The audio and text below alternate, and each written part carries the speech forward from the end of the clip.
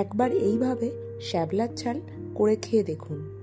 পরে যখনই শ্যাবলা দেখবেন তখনই মনে হবে আজকেও যেন শ্যাবলার ঝালটা করে খাই।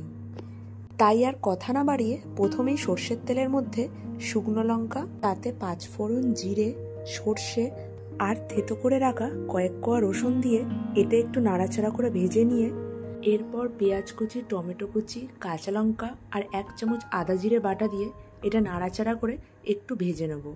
পেঁয়াজটা ভাজার পর সামান্য হলুদ গুঁড়ো, কাশ্মীরি লঙ্কার গুঁড়ো, একটু চিনি আর সামান্য একটু নুন দিচ্ছি।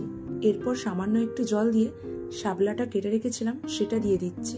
আমি এখানে নুনের ব্যবহারটা বেশি করিনি, কারণ শাপলাতে আমি আগের থেকেই নুন মাখিয়ে রেখেছিলাম জলটা ঝাড়ানোর জন্য। এরপর শাপলাটার সাথে মশলাটা ভালো করে মিশিয়ে চাপা দিয়ে দেবো।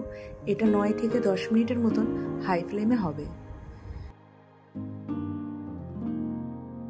10 মিনিট পরে সামান্য একটু গরম মশলা দিয়ে 2 থেকে 3 মিনিটের মতন ভালো করে একটু নাড়াচাড়া করেই নামিয়ে ফেলবেন।